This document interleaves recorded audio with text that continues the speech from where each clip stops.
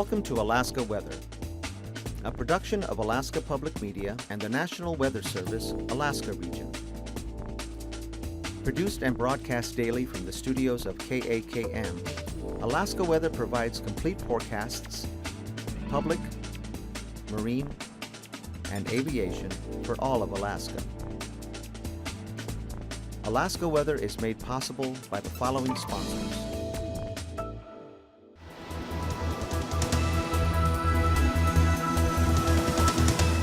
The National Weather Service.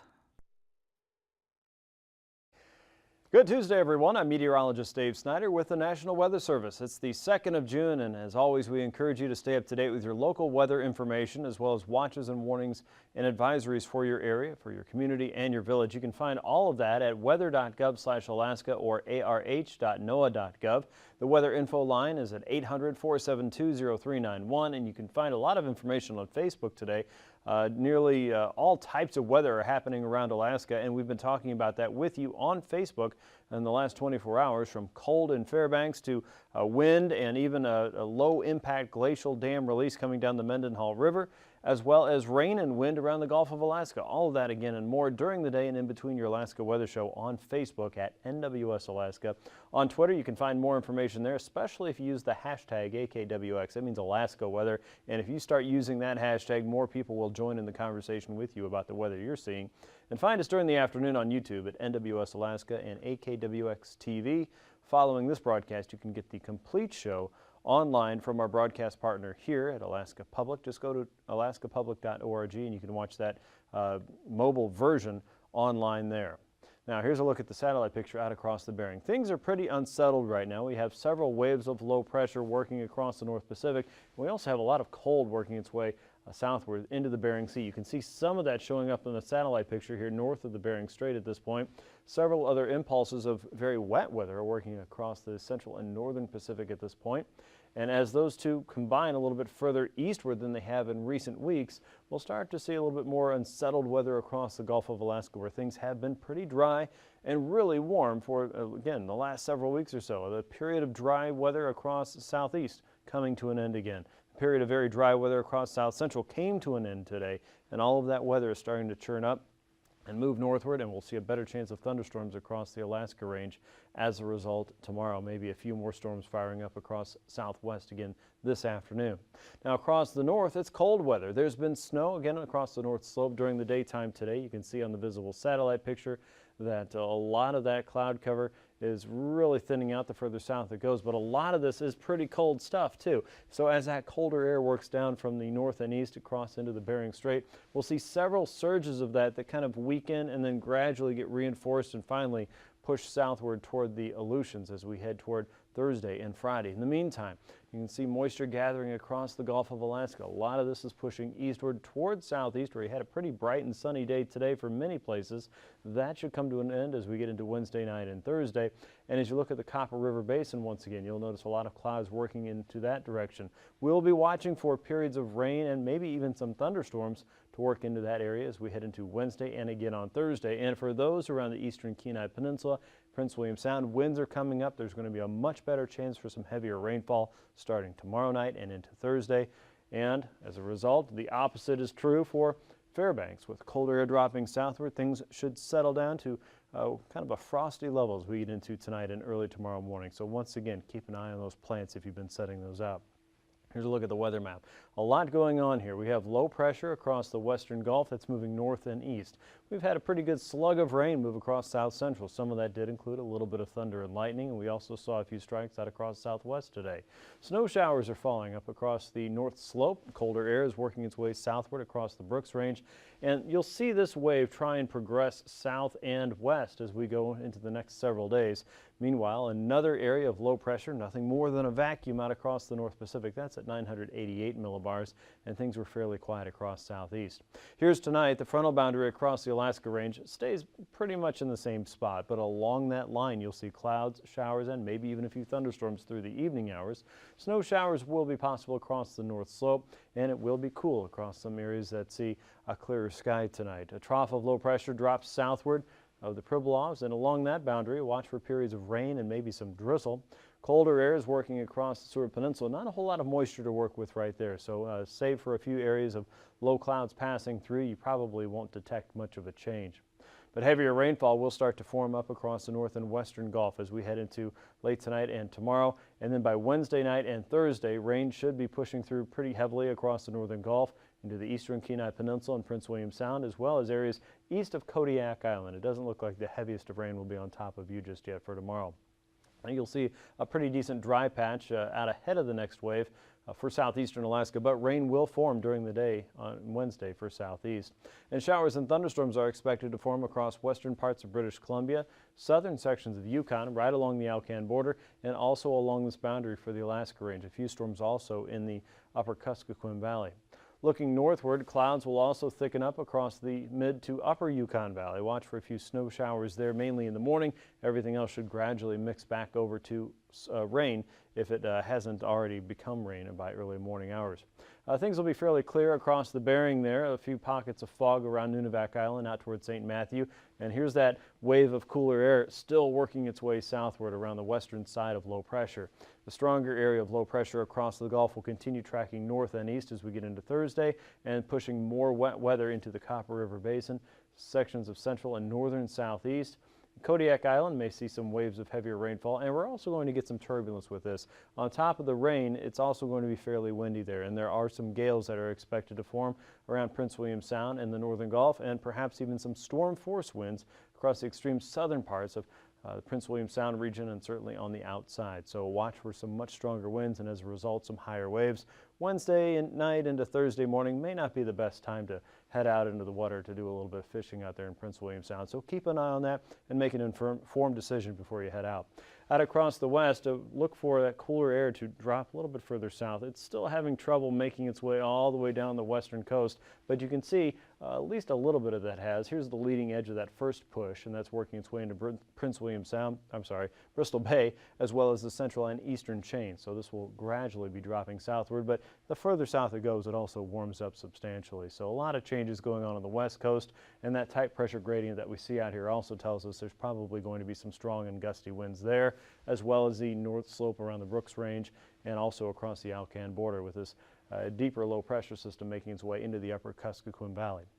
So a lot going on, much wetter changes for south central and southeast, and also across the west coast as we get toward the end of the week. Temperature-wise today in southeast, things were fairly nice. 50s and 60s for most areas. A few spots even warmed up to about 70 degrees. Around Sitka, it was 53. Juneau, Haines, and Skagway all in the 50s and 60s today. Petersburg made it to 72 by late in the afternoon. On the other hand, places on the north slope were considerably colder. It was about 28 in Atkasuk, around Eagle this morning, and areas around the north slope also were experiencing snow, again, thanks to it being so cold. Temperatures were in the 50s and 60s around Prince William Sound, and Kodiak today hit 56 degrees. Seward was a pleasant 62 around 3 o'clock, 52 degrees in Anchorage. Well, that was after a third of an inch of rain came through by early to mid-afternoon.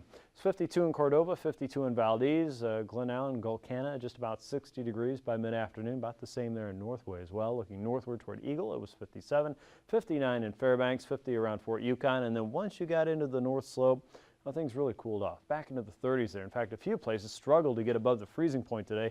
Arctic Village was 37, and you can see all the way from Kaktovik westward toward Barrow, temperatures were at or just above that freezing point. 30 in Barrow, 34 in Wainwright, a little bit further south, Point Hope, Point Lay, all in the mid-30s. And then you got a little bit further south into the Kotzebue Sound region where temperatures were in the 50s if you were in the sun and 40s if you weren't there. You can see 49 degrees a little bit closer toward Kotzebue. And then southward 59 degrees in Nome. Wind direction plays a big role in your temperatures as well. So if the wind were coming off the mountains just right, you probably were a lot warmer today. Galena looking at 62 degrees, 66 in McGrath.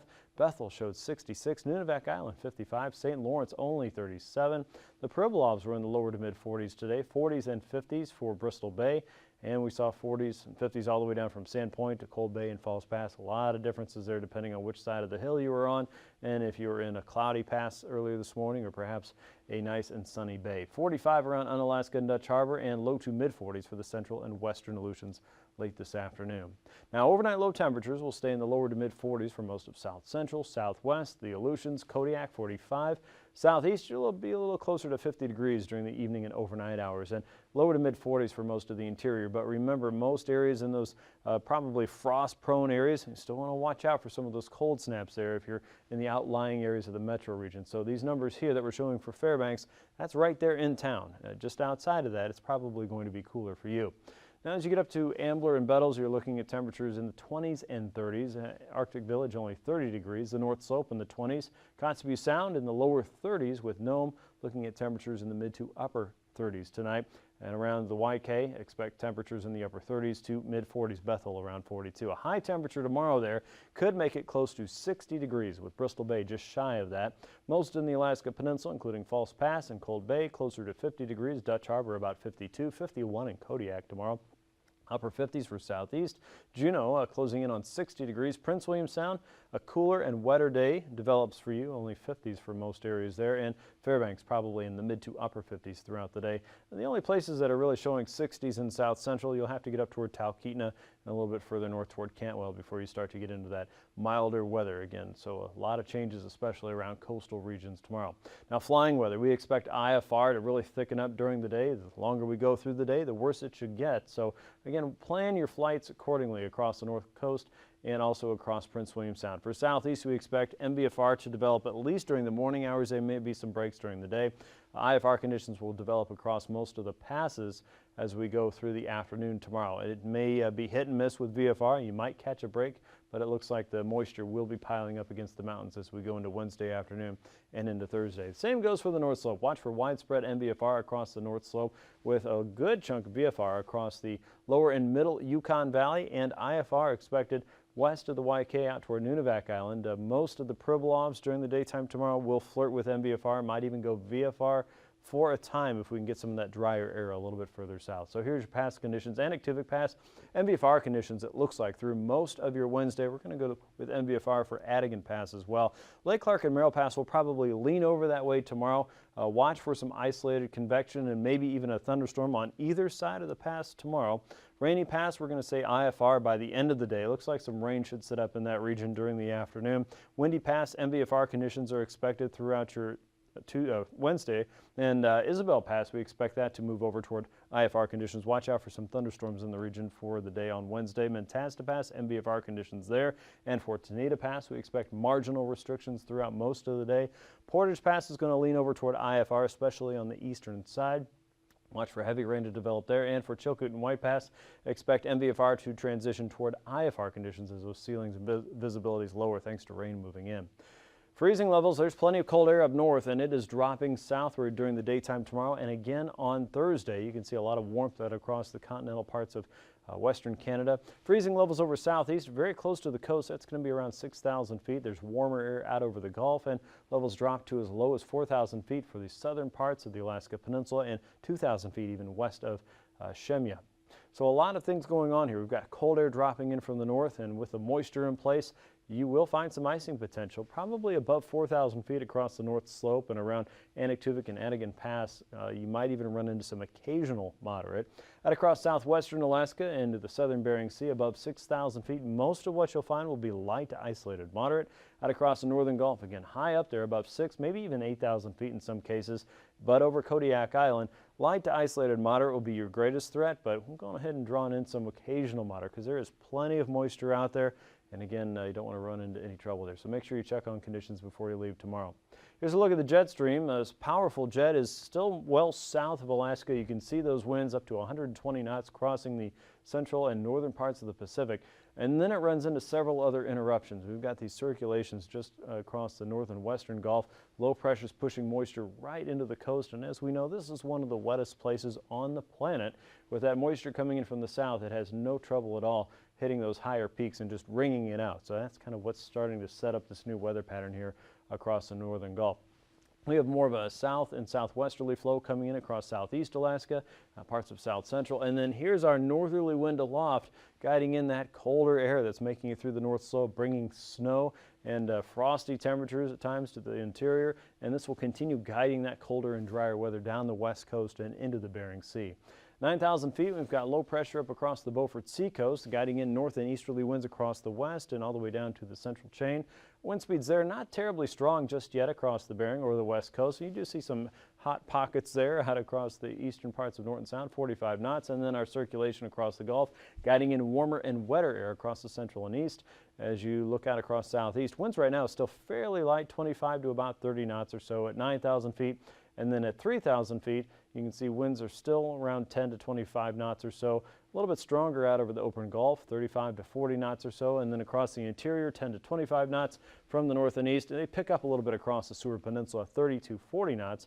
Wind speeds across the Alaska Peninsula, 15 to 30 knots, also from the north and east. So turbulence, we're watching for areas across the northern Gulf. This should worsen throughout the day. Watch for a light to isolated moderate to develop and then start to hug the coast and through Prince William Sound. Prince William Sound probably not going to be the easiest place to fly or boat as we head into Wednesday night.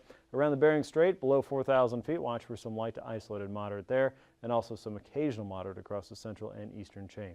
That's a look at your aviation forecast. I'll be back in just a few minutes with your sea ice update as well as the rest of your marine weather. Stay tuned.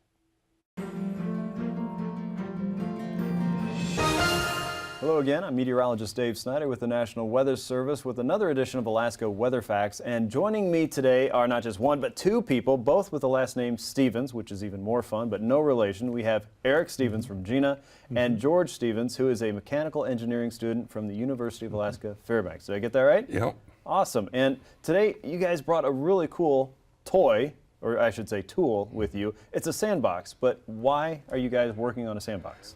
Well, it's part of our senior design project, and we were approached by AKwx to build this for them. They had a proof of concept that they developed about a year ago, I think, and they wanted a more robust version that they could pack onto a plane and take places, and it's a handy learning tool for kids and adults. So you're a mechanical engineering student. You've built a traveling sandbox for the experimental program to stimulate competitive research, EPSCoR, and Gina's facilitated this. But why do we need a traveling sandbox? Well, the prototype was such a big hit that they decided they wanted another one, actually two, that they could that would be easier to travel with, possibly marketable even. Okay, so this is a traveling sandbox that's got a lot of bits and pieces and a computer hooked up to it. What is the computer doing with the sand? The computer actually uses a Kinect sensor to read the topography of the sand or the shape of the sand, and then the computer translates that into information which it projects using a projector onto the sand, showing topographical lines and which is representative of the shape of the sand. Okay, so this is a live mapping tool? Yeah. It's interactive. As you're moving your hands through it, it is actively following and changing the lines to fit what you're doing. That sounds like something I could have in my backyard. Yep. It'd be a lot of fun. So you guys had to change the design a little bit to make this more Alaska-fied, right? Yeah, yeah. Okay, how'd you do that? Well, the original was made out of basically lumber and Simpson strong tie type stuff, and we rebuilt it to make it lighter and basically more transportable. We can pack it down to a fairly small size, and it can be loaded onto a plane and flown anywhere in the state. Which you guys did today. And you have plans to take this in other places of Alaska, right? Yep, we're actually going to be headed down to Homer with it later today. Okay, very good. Eric, how does this fit into science learning around Alaska? Well, you know what? I think it is a tool and it is a toy. And it brings out a smile from an 8-year-old and the smile from a 48-year-old with that inner 8-year-old wanting to get out. The sandbox, it's an interactive learning tool that teaches us how topography in the 3 dimensions is related to, say, a 2-dimensional map. More about that later. Just like George was saying, it's got a Kinect sensor, not just for video games anymore. It can sense out the lay of the land there, feeds that information in the computer. Computer identifies that, sends a signal to a projector to send topographic lines to map over that lumpy ground. So you get a 3-dimensional topo map out of it. And my favorite thing about it, this is the thing that stops people at the trade show, they stop at your booth and don't leave, is that you run your hand through that sandbox and it responds in real time. It remaps the topography as you get to be Mr. Tectonic Plate Drifter there. You can make things how you want. Well, what if we made a really high mountain here and a low valley there, and the lines adjust to what you did? It's a learning tool because it shows you that connection between these two-dimensional topo lines and what's really out in Alaska. And Alaska's a place with all kinds of topography. You know, we're from the Great Plains, where topo maps tend to be just like blank pieces of paper, but Alaska is particularly gifted in this regard, and this tool helps us, I think, learn more about our state, really. Absolutely. And so this is going to enhance STEM learning, the science, technology, engineering, and math in many different locations around Alaska. Then this would be something that kids and teachers can get their hands on. It sure is. And I mentioned the it's like flypaper at a booth that, or at the Science Potpourri when we had Greg's original version of this sandbox, and that one was made out of scraps of wood, and it was a prototype. But even that one, before it had some of the refinements that George and crew have made for this newer, upscaled, maybe a 2.0 version of the sandbox, even that one was so attractive to people. It just demonstrated that this has potential to be a learning tool, an outreach tool, an education tool that now is portable and can go places in Alaska. Of course, there's only one sandbox, can't be everywhere at once, but hopefully it gets out there, gets the word out about EPSCoR and what science is being done here for Alaskans. All right, that sounds really interesting, and I can't wait to get my hands in the sand and try this out for myself. We're going to demonstrate this here in our next segment of Alaska Weather Facts, but before we go, we want to remind you that EPSCoR, which is a new acronym for me now, but I'm going to remember this because you can follow them on Facebook and Twitter, and I invite you to do that. Alaska EPSCoR is also something that facilitates science learning at the University of Alaska around the state, and that stands for Experimental Program to Stimulate Competitive Research. So check that out and make sure you tune in tomorrow because we're going to have the next version where we actually get our hands in the sand and check out how this works and demonstrates that topography.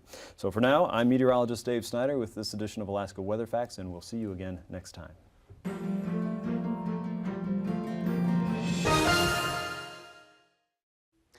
And that table was one of the coolest things I've ever seen, so make sure you're watching tomorrow. If you haven't seen one of those already, it is some really cool stuff. Today's sea ice edge, you can see the effects of the warm air making it up through the Bering Strait, some holes out there in the ice around the Chukchi Sea, and a lot more in motion there as warm air continues to slosh into the interior. We'll see what changes we can bring to the North Slope, but for right now, that cold air is probably locking a lot of that in place north of the Bering. So what you see is what you get at least for today and early tomorrow. Now for southeast, the marine weather looks like this. South and southeasterly winds should be fairly light throughout the daytime tomorrow.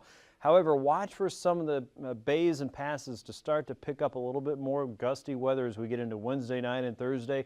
Changes are coming with 4 to 5 foot seas in the central and northern parts of the inner waterways, and along the coast still looking at about 4 foot seas with that southerly wind. And as you get into Thursday, some big changes there across the coast, anywhere from 30 to 35 knots from the south and southeast. Seas up to 13 to as high as 16 feet as you get up toward Icy Bay. And it looks like Cape Fairweather. As you get to 3 and 4 foot seas there in the inner waterways, you're looking at about 15 to 30 knots coming in from the south. So you'll still be on the warmer and wetter side, but the winds across the outer coast will be coming up a little bit more for Thursday. For Wednesday, things will start to change there. A stronger southeasterly wind moving into Prince William Sound and the northern Gulf out around the eastern side of the Kenai Peninsula, 25 knots with a 5 foot sea, and a southeasterly wind coming over the mountains and over Cook Inlet, 10 to 15 knots with a 3 to 5 foot sea, a little bit more of a higher sea as you get west of the Barrens and northeasterlies east of Kodiak Island at 30 knots. And then for Thursday, there's your wind. Look for a decent gale at least outside of Prince William Sound, and probably some storm force winds at times with higher gusts expected. 14 to 17 foot seas there in the northern Gulf, 40 knots inside of Prince William Sound. Again, Thursday is not going to be a Chamber of Commerce day, unfortunately, if you've got plans out there on the water. Northeasterlies coming down Cook Inlet, 30 to 40 knots, 9 to 15 foot seas racing down Cook Inlet and west of the Barrens, still running high. Northeasterlies inside of Shelikof Strait at 25 knots, a southerly flow on the eastern side of Kodiak Island with a 4 foot sea. So Thursday again, not as pretty as it has been. A variable flow there on the northern side of the peninsula as we get into Wednesday at 10 knots with about a 1-foot seas. Pretty flat stuff there. A northeasterly flow coming down the North Pacific there with a 5-foot sea expected on Wednesday. A little bit of a change as we get into Thursday. Winds come up a little bit there from Castle Cape to Chignik with an 8-foot sea, 7-foot seas a little bit further down the coast toward King Cove. And westerlies also develop north of Cold Bay with a 15-knot wind from the west and up toward Port Muller. 5-foot seas expected there. For the Aleutians on Wednesday, a north and westerly flow north of Unalaska and Dutch Harbor. Northeasterlies coming down the Pacific side, 15 to 20 knots, and light northerlies from Atka to Adak to Kiska and Shemya, about 15 to 20 knots with a 4 to 5-foot sea. Once you get west of Adak, though, you might see seas on the order of 10 feet or so to about 8 feet in the west. That should come down a little bit there on Thursday. A north and westerly breeze, let's say, for the Aleutians. This looks like a pretty nice day for you. 15 to 20 knots, 6 to 7-foot seas there across the Bering Sea coast, and 5 to 7-foot seas across the North Pacific with 15 to 20 knot winds from the north and west. For the west coast, 15 to as high as 35 knots up around St. Lawrence Island, all from the north and northwest. 4 to 9-foot seas, the highest in the northern Bering. Northerlies around the Pribilofs with a 4-foot sea. That's not too bad. For Thursday, northerlies come up just a little bit more in the Pribilofs, up to 25 knots. 13-foot seas there, 8-foot seas around St. Lawrence and St. Matthew on a northerly wind around 30 knots there. For the north coast, look for an east and northeast wind around the Beaufort Sea, still over ice. That looks fairly light. Northeasterlies coming down the Chukchi Sea coast, 4 to 6-foot seas there at 20 to 30 knots. For Thursday, the winds come down just a little bit there in the Chukchi Sea coast, 20 to 25 knots, and east and northeast winds around the Beaufort Sea coast as we head into Thursday. That is a look at your marine weather.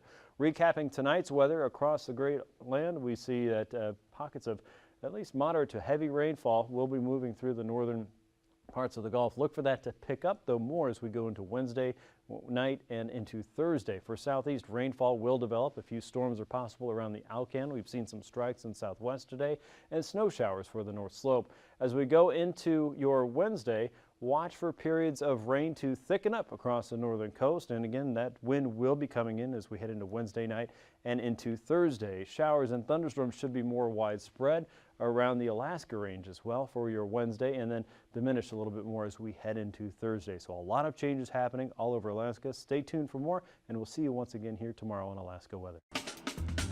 These forecasts are to be used for planning purposes only. Call 1-800-WX-BRIEF for a formal pre-flight briefing. Always file a flight plan before you go flying. The U.S. Coast Guard Auxiliary urges you to leave a float plan with a friend or the harbor master before you go boating. Alaska Weather is made possible by the following sponsors.